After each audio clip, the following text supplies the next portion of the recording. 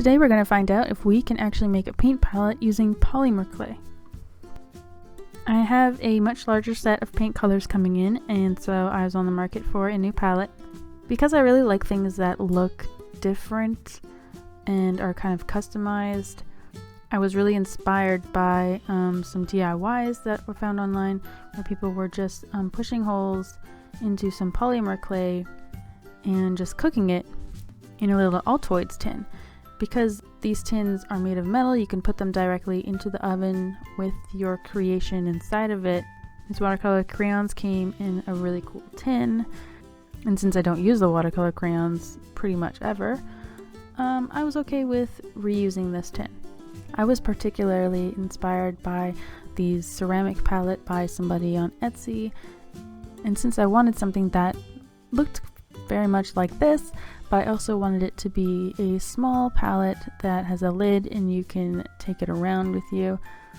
I don't really like the open palettes. I think I get enough cat hair in my paints already, so I'd like to be able to close the lid when I'm not using them. I am basing this heavily off of the design that I saw just because I really wanted it. I did come up with a bunch of different designs that I could do. I could actually make others in the future, perhaps. Things that you can cut away with cookie cutters, maybe. There's just so many options, and I just wanted to get started right away. Now, because experts tend to come in here and poop on me for using things without asking their permission, I just want to point out that this is not a polymer clay tutorial. I don't use polymer clay. This is maybe my second time using it ever.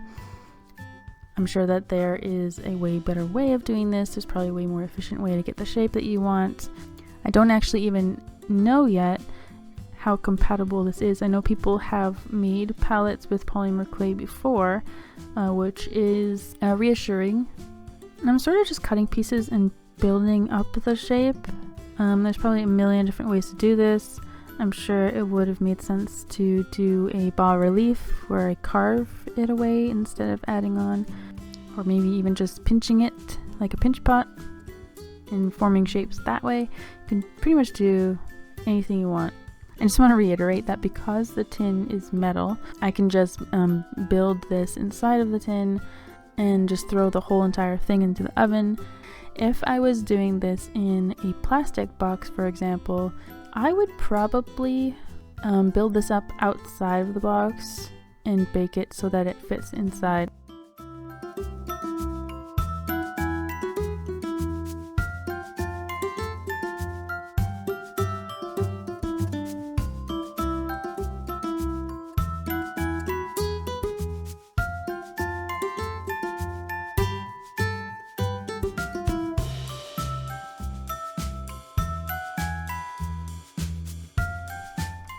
So after I baked it for a while, it actually turned out very, very stiff.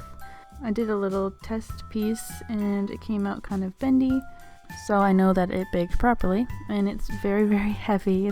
It's a really heavy material. The extra little piece that I used as a little tester, I put paint all over it just to see how much it stains, because I don't know what's going to happen after I add paint to this. Is it going to be impossible to clean? It is plastic, but how porous is it? You know what I mean? It doesn't seem to stain that immediately. I don't know how bad it will be if it's left on after a long time, but honestly, for function, I personally don't really care about that part. I was just really curious to see how much the palette's going to stain after a while, for the sake of this video. So to personalize the lid, I have a bunch of laser misprints. Every time I make a journal cover, I have a tendency to print them incorrectly, so I have a little stack of misprints. I picked one and I glued it on top, and then I covered the whole thing with gel medium to protect the prints. So in the end, I have this great sturdy palette, kind of heavy, customized exactly to my liking. And to be honest, it was kind of like really enjoyable to the point where I actually kind of want to do more of them, you know?